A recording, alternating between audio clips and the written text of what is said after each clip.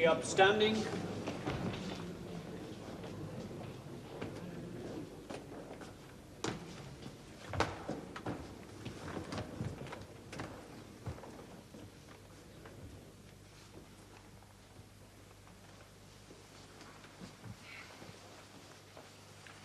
Captain Baines, this board of nautical assessors has made a decision in your case. But before I say what it is, there are one or two things I have to say myself. The behavior of a master mariner who not only fails to inspect his cargo before sailing, but when warned that it may not be what is shown on the manifest, ignores that warning and proceeds to run a vessel as unseaworthy as the Pibroch into high seas and dangerous waters, that man has no right to be in command with the fate of ship and crew in his hands. We are indebted to the forthright testimony of Captain James Onedin in this matter, for had he not spoken so truthfully, we would not have had a full account of the last voyage of the sailing vessel Pibroch. Now, Captain Baines, Captain Onedin has pleaded, quite rightly, that you were under stress from some personal family problem at this time and only accepted the command of this ship in haste and with little thought for the consequences. However, that can act as no excuse. If this board of assessors felt that you had been a party to some predetermined plan to sink the Pibroch with possible loss of life and limb, then we would indeed deal with you harshly, sir, but this board does not regard you as a clever rogue, which to do such a thing you would have needed to be. You're a man who came to this position from a lowly station. Well, it may be that such promotion is not a profit to all concerned. I cannot say anything about that. All I know is that you behaved in the most unseamanlike manner, verging on the criminal, and that this court has, in my view, dealt with you very leniently.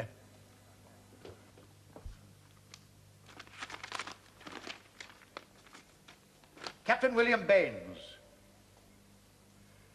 you will not sail as master on any British ship for a period of 6 calendar months. And it may be that owners may think twice of using your services after that.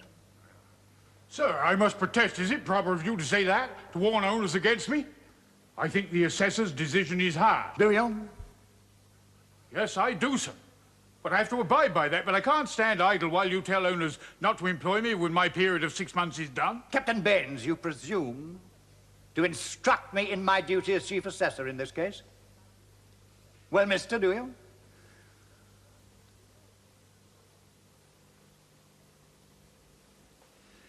I apologize, sir. What, man? I said I apologize. Really, the manners of some people.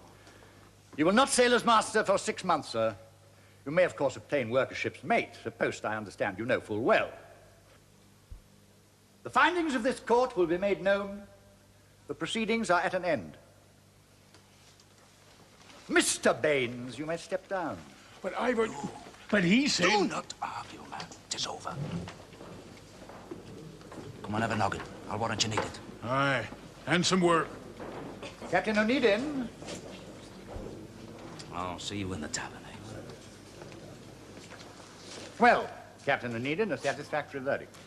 Well, as I've already said, Sir Walter, Mr. Baines is a good and steady seaman. A good and steady mate, perhaps.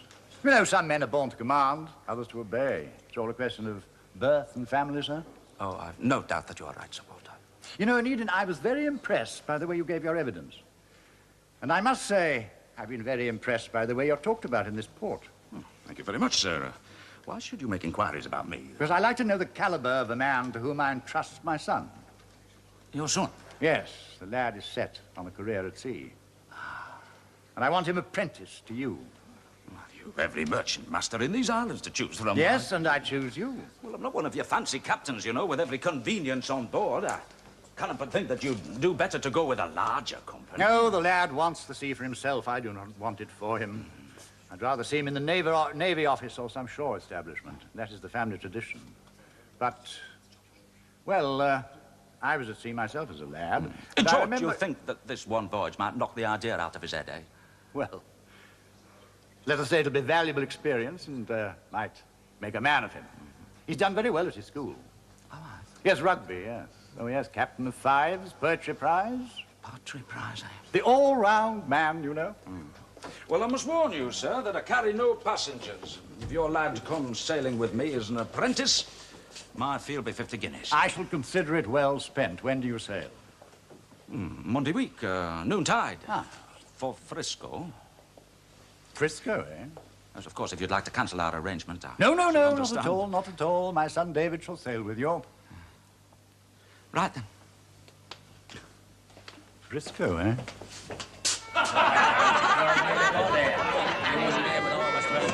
Oh, hey, come back here. Oh, yeah, Baines. I sailed with him once. He's a proper git. Gave me a hell of a trip, he did. Yeah. I wonder if he got off. Hey, no, Corey, yeah. Leave mind your own business. Noggin of rum. Captain Baines. Or is it Mister?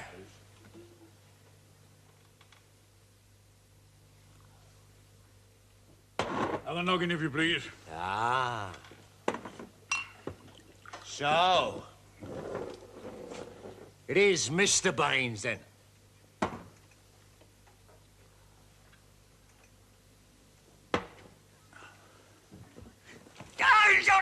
Mr. Baines! He's one of my crew. Anybody who harms him robs me of second mate. Corey, leave.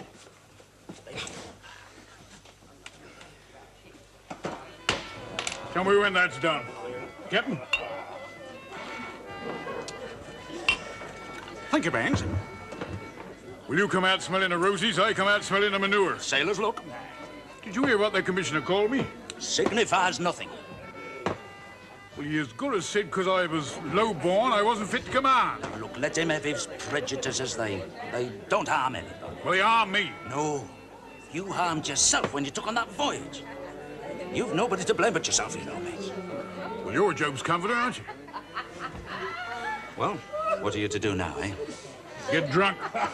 After that, I don't know, and that's the God's truth. I've got a ship aboard as mate. It's the only course open to me. But I must maintain my sister and her 2 children. I'm down to my last shillings after this delay.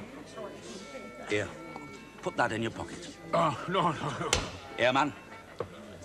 Don't want my first mate fuddle-headed, loading my cargo to go around the Horn. The Horn? Well, you want the double, don't you? Aye, I do that. Captain. Frisco begun. I beg your pardon? James is taking the Charlotte Roads round Cape Horn to San Francisco. Says on the noontide on Monday. It's in the lists. How very exciting. No, it's more than exciting, my love. It's the last testing journey left to a sailor. Then I have no doubt that James will enjoy it. Horn is not there to be enjoyed. It's there to be conquered. I'm sure it's nearly as dangerous as some quarters of Liverpool after dark. No, it's not that it's just a particularly dangerous stretch of water, my dear. It's symbolic. It represents nature at her most violent. Charlotte Roads is a small ship to make such a voyage. To round the Horn in a 150-tonner. What a proud boast that would be. A coarse boast. Not that of a gentleman, which of course we all know you are. How did you find out? What? I presume you're referring to Carrie Harris. You dare mention that woman's name in my house? You've been dropping hints for days. Have you no shame? What's the point of shame? A low woman in a music hall. You leave her and you come home to me. No, madam, I do not come home to you, at least not very often, as well you know. Your conceit of yourself astounds me, sir. I'm glad of it. Now, perhaps you'll keep your nose out of my business. Your business? Yes. You wish me to ignore it? Wise women do. Terrified women do. Afraid of losing their homes and being thrown into the street. I said nothing of that. Money is short, you forever tell me, yet you pay this woman enough. How'd you know? She told me. You've been to see her? You've been in her company? You in that place? Yes. Haven't you? That was another matter. I think not. I repeat, you say money is short. I gave Carrie Harris £10 because she said... Yes? She insisted she was with child by me. Lies, of course. If there was a child, it could be anybody's. Probably there isn't one at all. But one goes through the prescribed form in these matters. Prescribed form? Is that what you call it? I call it something else. I call it lust and licentiousness, sir. Those are my words for it. Then you would do well to watch your words, Elizabeth. You're in no position to throw stones at anyone, least of all me. Without me, you wouldn't have a home. And I doubt any man would do more for you and your child than I did. Oh, it was very noble of you. And of course you had no thought for your own vanity, or what people would have thought had the truth become known. The matter is closed. A husband can open a conversation and close it as he chooses. And a wife must comply. It is not closed. Albert, I'm thinking of leaving you. Leaving me? That's right. Now, if you'll excuse me, I have things to do.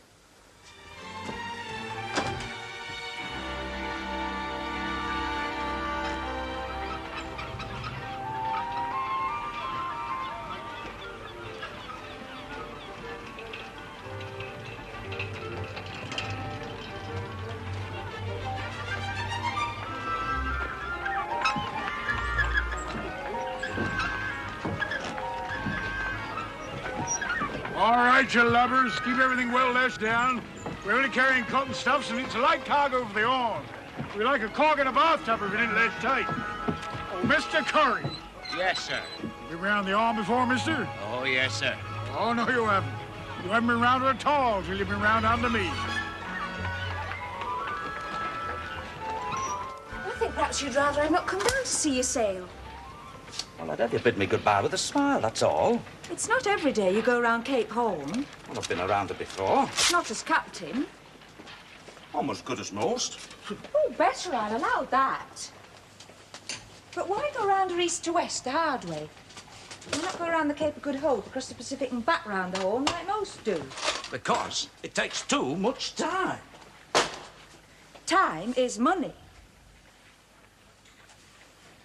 Look, this cargo of silver ore from Frisco. It'll help buy more shares in the steamship company. And for that, you go round the Horn. Fog, snow, terrible winds.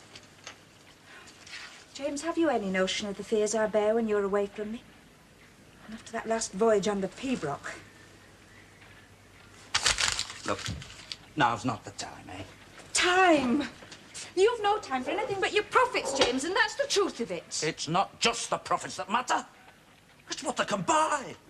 That wretched steamship! You risk body and soul to build an iron monster that no one but Albert believes will ever sail. She'll sail, if she's ever built. And she won't be built unless I found the money. Oh, forgive me, James. Oh, look, Anne, I wish you'd go up on deck. Or if you're going to stay... I'll stay and smile. All those barrels in the forward hatch.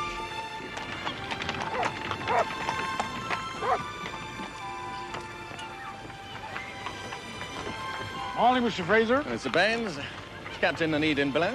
Yes, sir. But we're off at high water. So I understand. I have a bag in my carriage. Have it taken aboard, will you? There's a good fella. Hey, you. Come on, I got a job for you.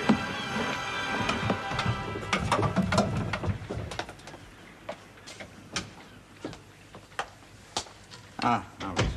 James? Anne? But Do I have a cabin? I'll ask Baines if you'll take the second mate, sir. you said nothing of Albert sailing with you, James. Oh, did I not? Well, Albert has a fancy to take a trip around the Horn, so I understand. What does Elizabeth say? She knows nothing about it yet. Oh, how melancholy. James' taste in wine has not improved. At least what it gives away has not improved. Surely there must be something better than this. I left a note for it to be delivered at 12 noon, which is, I think, in 5 minutes' time. Ah, Spanish. Still. What about your steamship? I thought the trip would be useful. If I'm to build an iron ship to make the voyage, I must know the conditions. And what is the real reason? Well, there comes a time when a man feels, if you'll pardon the indelicacy, corseted by women. He longs to free his muscles for a month or two. All ashore! All ashore! Everybody aboard, Mr. Baines. Everybody except the new apprentice, Captain. David Teal.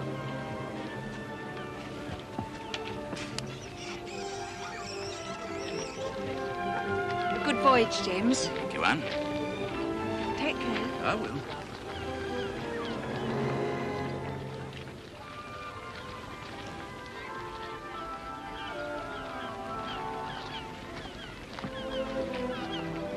Come on, man, quickly.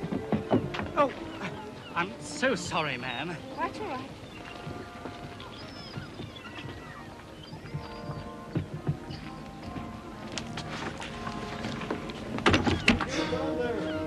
Ah, thank you, sir. Who are you? Teal. Teal? Yes, indeed. David Teal, the new apprentice. Sorry I'm late. Coach horse went lame. Teal. You any relation to Sir Walter Teal? His son. Is there someone to take my trunk below? Aye, lad, there is. You! Now pick it up and move.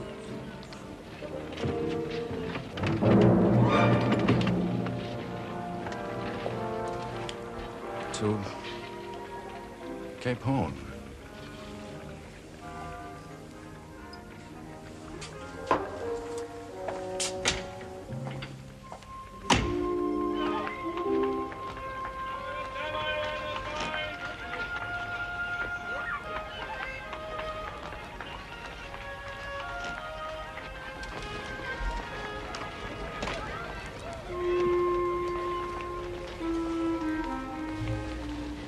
Albert is on board. I've just got his message. Well, if that's what he wants, let him go.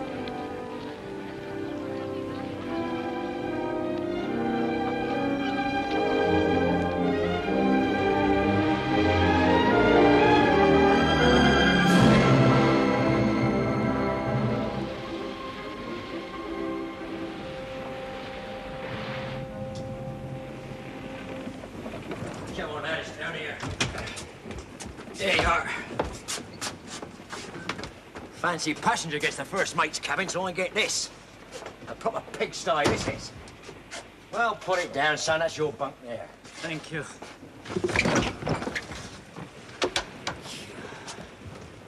Your first voyage, lad? Yes, Now you got some surprises coming in. indeed. And call me sir, or mister. I'm second mate on this ship. Yes, sir. You know the mate, do you? We've just met. You had a taste of him already, eh? Well, you'll see a lot of Mr. Baines before this voyage is over.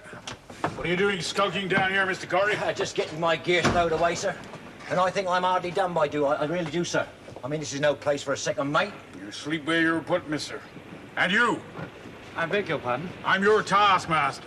Yes, I gathered that. Sir to me, who does everything I tell you at the double. Everything understand? Yes, sir. This is a long voyage, Mr. Teal, and I'm going to teach you to be a sailor lad. By the end of it, you'll be able to hold up your head in the port of Liverpool, or be a disgrace to your family. They're on the port watch with me, 4 hours on, 4 hours off, unless you hear all hands on deck, and that means you at any time, understand? Yes, sir. What's the matter? Nothing, sir. Then on your feet, lad. Well, he ain't got his sea legs yet, sir. I said on your feet. Now go on, smarten yourself up, present yourself in the captain's cabin in 10 minutes. He wants to talk to you. And make sure you're seaman-like. Yes, sir.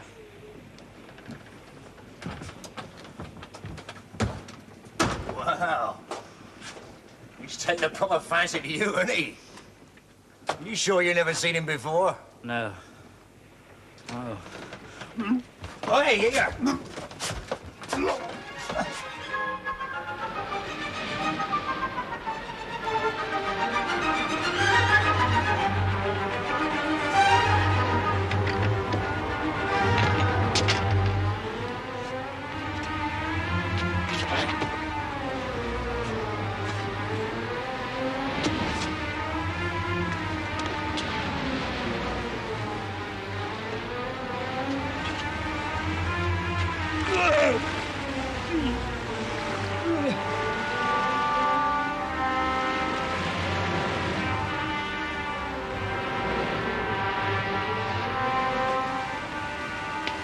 Bit of a swell, eh? You all right? Yes, thank you.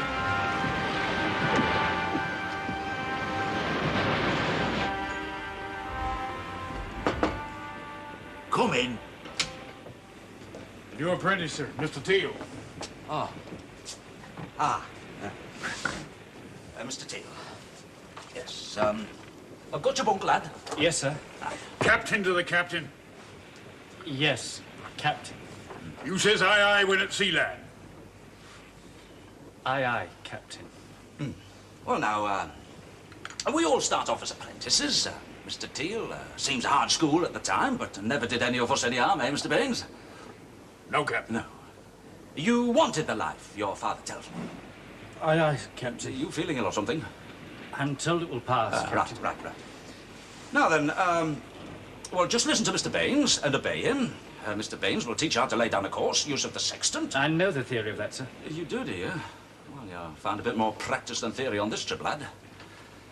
Right, well, just listen to Mr. Baines, obey him in all things, and, that's all, lad. Aye, aye, Captain.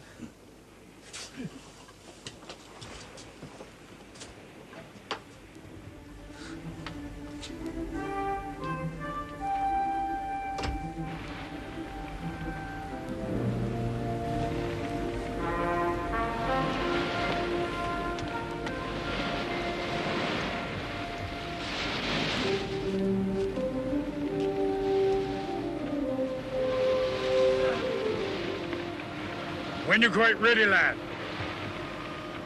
Those gloves, you better put them in your pockets. You won't be needing them this voyage. No, sir. A list of duties of a seaman apart from what the captain told you. Now, you're listening.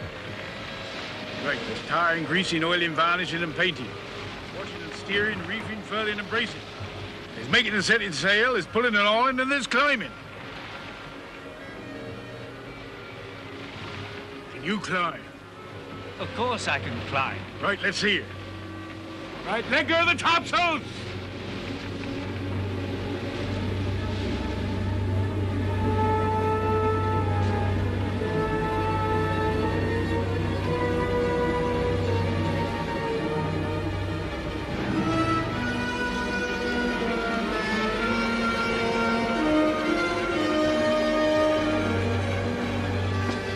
You gotta be a lot quicker than that, lad. A lot quicker.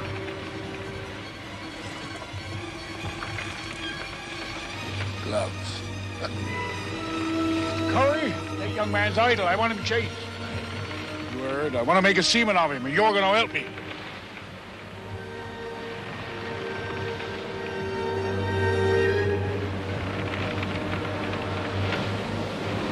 I'm not such a fool as to think this Carrie Harris is the only one. She's the one I found out about, that's all. Did you tell Albert you were considering leaving him? Yes, and that's why he's gone on this voyage. He's giving me a taste of life without him in the hope that I'll reconsider. He's so conceited, that man. Well, he's wrong. I'll not be there waiting for him when he returns, the chastened wife, anxious to make amends. Are you well?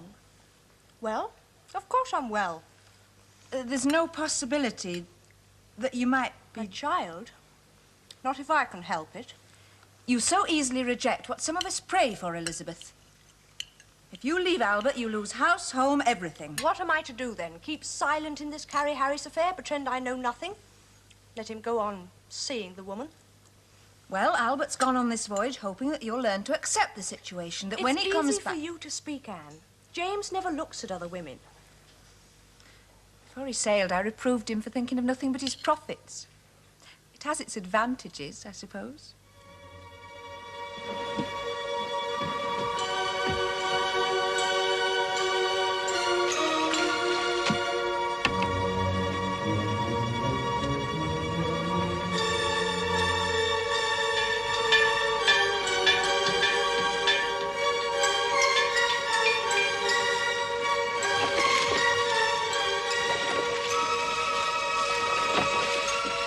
I'll take over, lad.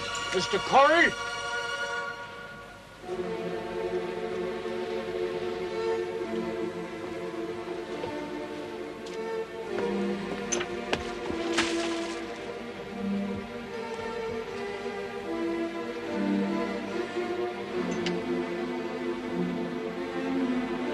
Mr. Teal. You young gentlemen sailors, what comes to stealing your gloves?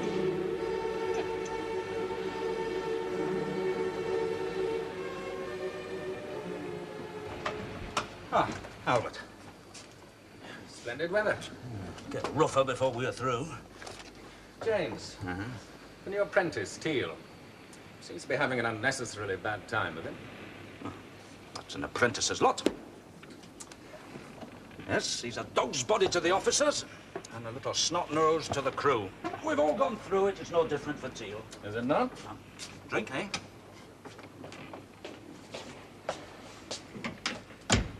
Oh, I'll break a lifelong habit and choose rum. Like a sailor of you yet, eh? I think Baines has been too hard on the lad. You do you? Yes, I do. I know it's none of my business. No, it's not. But it is your business. You should stop it. You think so, do you? Yes, I do. Baines is only doing his duty. Our lives could depend on that lad as on any man in the crew. He's got to learn that the sea's our taskmaster. You've got to learn no better than to tell a captain how to run a ship. No, don't be so stuffy, man. I'll tell you something for your own good. I'll tell you something for yours. You'd do better to show your wife some sympathy, not members of my crew. I've never known you show such concern for your sister before. Whatever Elizabeth has done, she deserves better than the treatment that you offer her by running away.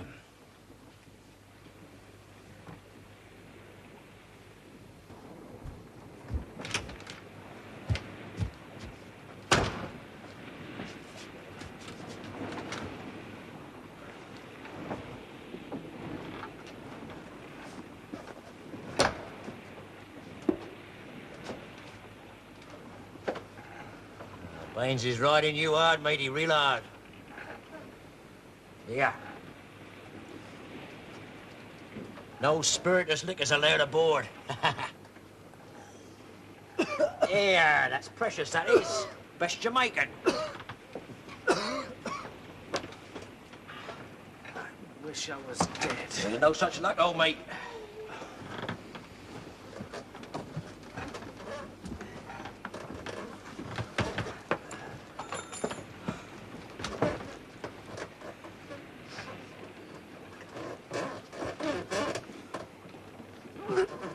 Is that all you've had to eat since you come on board? That and the grub you brought with you?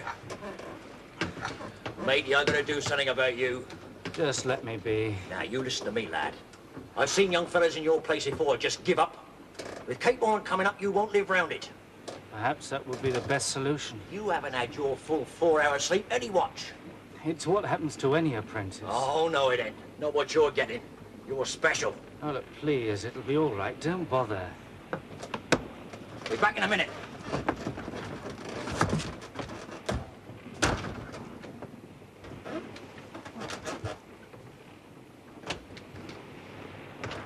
Mr. Teal! You were sloppy on that rigging, mister. I'm sorry, sir. Look at this place. Untidy quarters mean untidy work. It's like a pigsty in here, and I cleaned it up. Aye, sir. What's this? My father. Aye. We've met. This your mother? Aye, sir. Well, maybe you shouldn't have left her, boy. Because I don't think you'll ever make a sailor. But it won't be for the want of me trying. Now clean this mess up in here. Oh, beg your pardon, Mr. Baines. Lousebound git. Here, leave that. He won't be back for a bit. He wants his own grub. Oh. You have mine. I don't want it. Well, you still want to die, do you? Of course you will if you don't eat. You'll get weak and you'll get swept overboard. I will live. Now, look, lad. You've got nothing in your stomach, nothing at all. Now, there's a plate of salt beef and sea bread. You eat that, every scrap. They'll put a lining on your guts. I'd never keep it down. Of course you would. That's the best cure for the vomit. Is it? Force it. No, I couldn't. Get it down, you. Come this time tomorrow, you'll laugh in his face. Whose? Well, Baines, of course.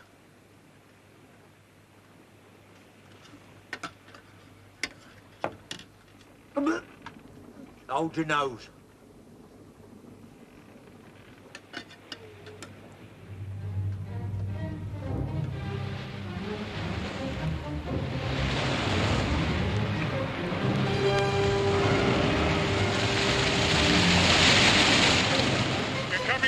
sir. All right, Mr. Baines. All hands on deck. Shorten sail. Aye, sir. All hands on deck. Take in lower topsail. Reef the main. You too, lad.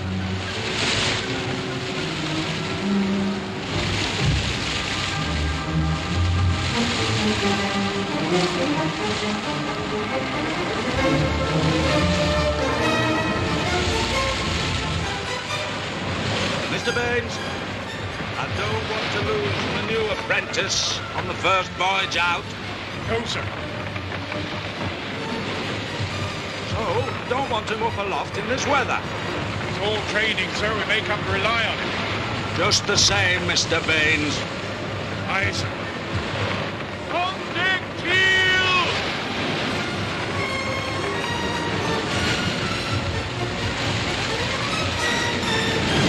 Take care, lad.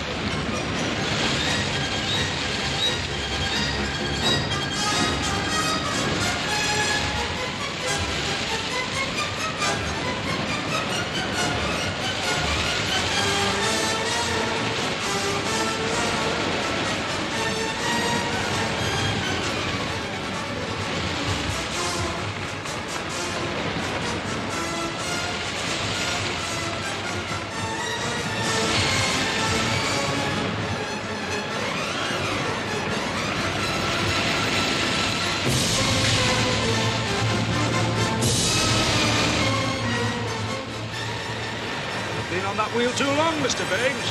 I'm all right, sir. Mr. Teal, come and take over. Aye, sir. But, sir... Oh, go get below and get some rest, man. Aye, aye.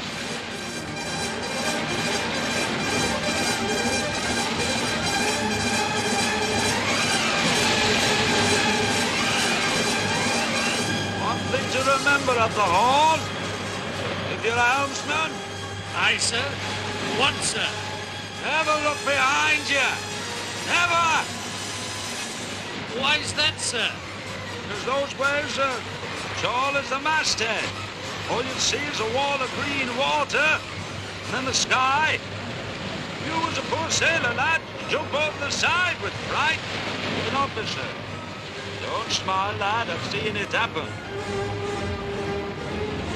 Right, here it comes. Hold it steady. Aye, sir.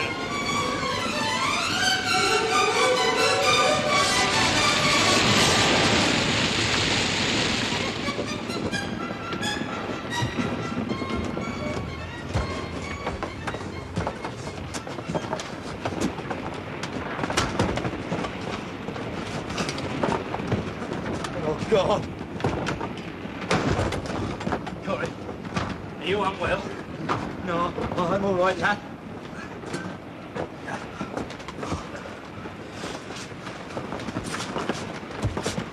I brought the food. It's cold already. No, not now, lad. You eat. I haven't been dry in 10 days. You should eat something. No, just to sleep. That's all I want. To sleep.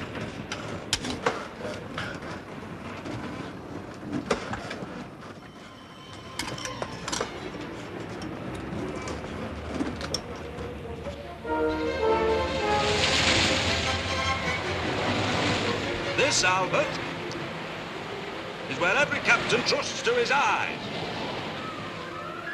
Or his look. Are those the islands? Or is it the mainland? Good God, don't you know? In this weather, no.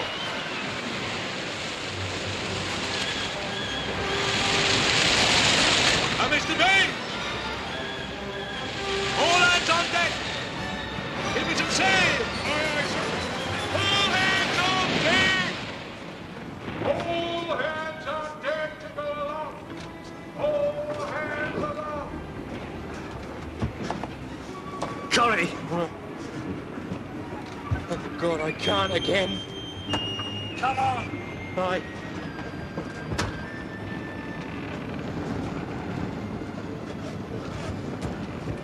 I'm coming.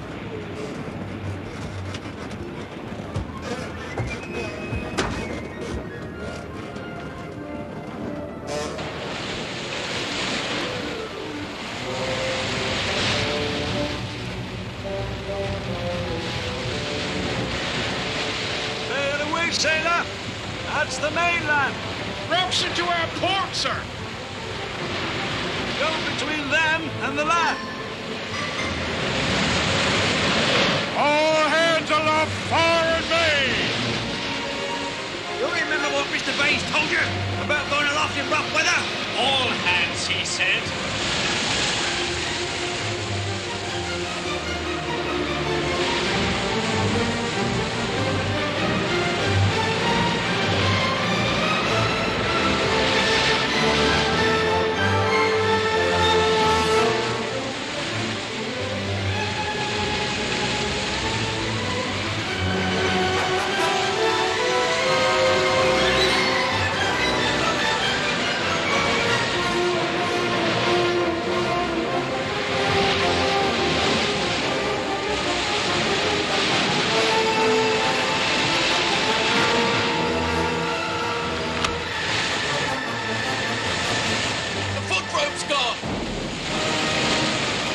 Walter Teal doing up there? I told Baines not to send him up aloft.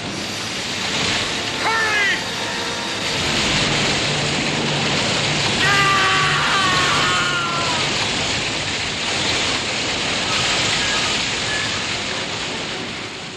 What can we do? At least we can bring the lad down.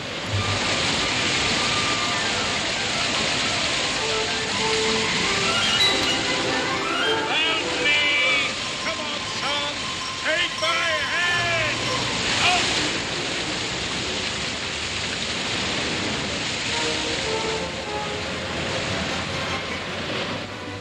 Come on, take it!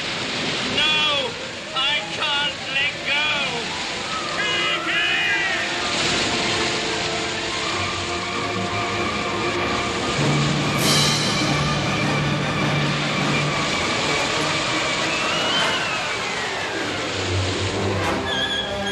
Come on! Come on!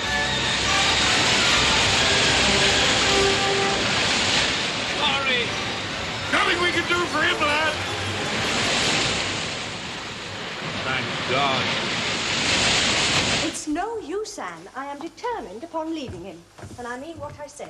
You still care for Albert, you know. You pretend you don't, but you couldn't hide your relief when I told you that Charlotte Rhodes had arrived safely in San Francisco. You are wrong.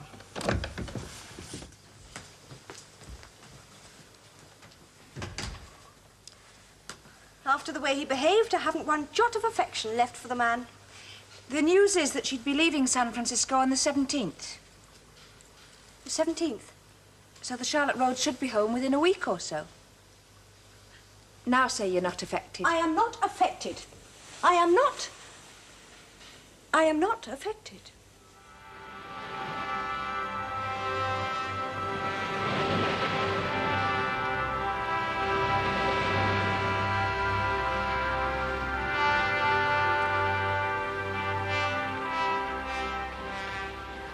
I gave you a painting job to do, young Teal. I had not forgotten, sir, but I thought that overhauling the buntlines was more important.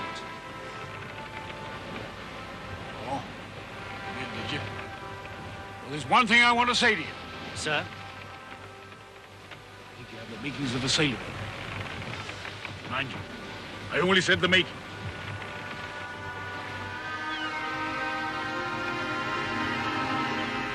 There's Liverpool. Yes. I doubt you expect Elizabeth to be waiting at the quayside. Like a dutiful wife. Whatever you think, James, it may surprise you to know that I care for Elizabeth a great deal.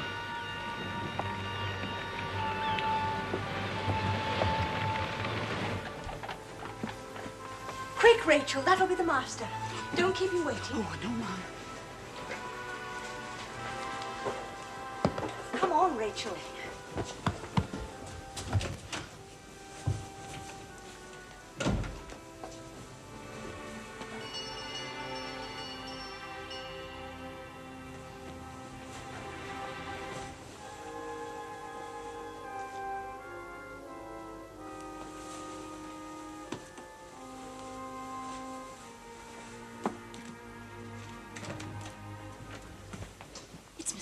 Fogarty, Mum. Oh.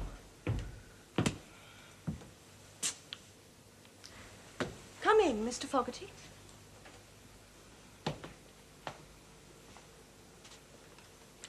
Thank you, Rachel.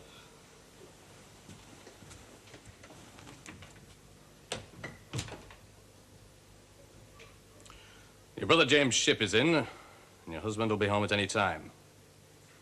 So I'll come straight to the point.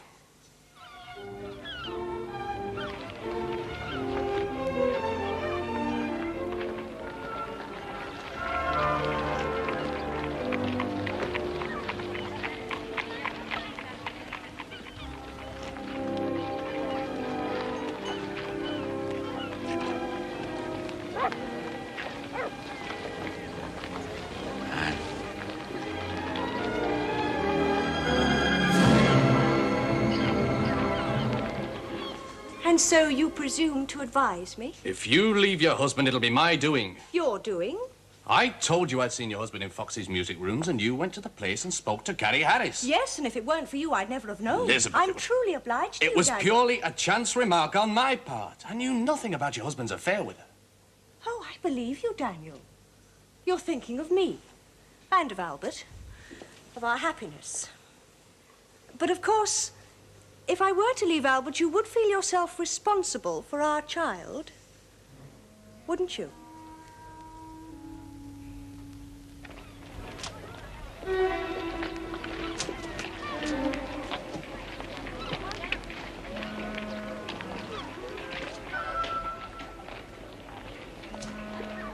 Take me to Kirby Road, will you?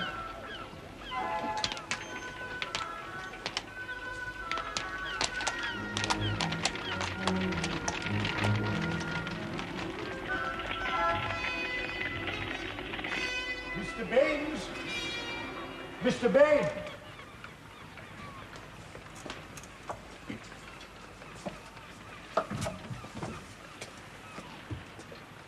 Oh, it's you, sir. Mr. Baines, I've just spoken with my son. He told me how you saved his life. Oh, it was more like giving him a hand, sir. He says you're the finest sailor who's ever sailed. Well, you know what young lads are. That age, their minds are fanciful. It seems I misjudged you. I'm truly sorry. You'll pardon me, sir. I've told you before that was not my reason in coming here. If I were to leave Albert, it would put you in rather an embarrassing position, wouldn't it?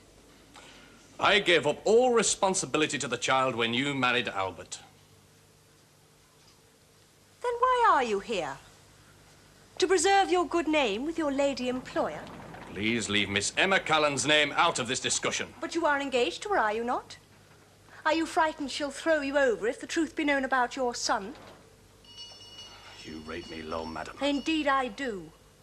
I rate all men low. Rachel, is the mistress at home? You'd better go. I'll not leave by the back door.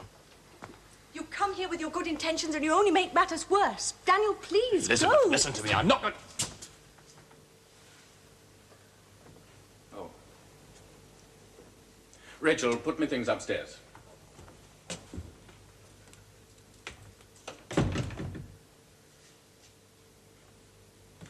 We have a visitor, I see. Daniel only just arrived. Of course. And to see me, I take it. Well, I had called to discuss business matters, yes. It must have been urgent that you couldn't wait for me to get my foot inside the door. Could it not have waited until tomorrow? My apologies. I will leave. My dear fellow, no need. It just occurred to me. Our meeting at Foxy's music rooms. Tell me, do you know a singer there? Carrie Harris? Well, I have seen her. Yes. Spoken to her? No. But spoken to my wife of her, maybe.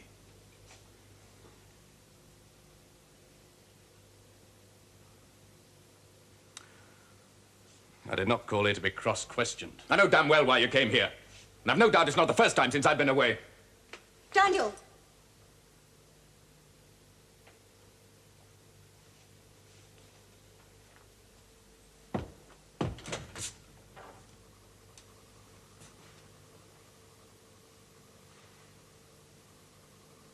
Bye, Elizabeth.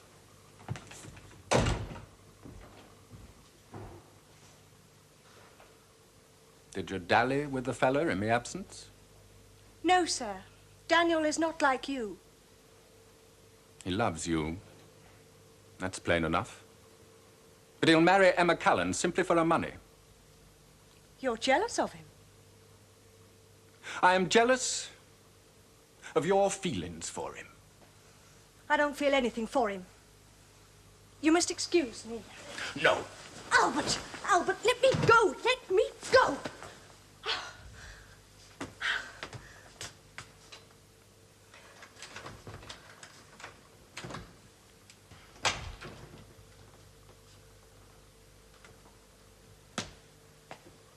No, Albert. Don't you dare. Albert, let me go. Please, you're behaving like a coarse seaman. Home from a long voyage to his wife. Please, let me go. You're hurting me. Please. He's a seaman, but you don't despise him. Oh, how dare you? Put me down. Please, Albert.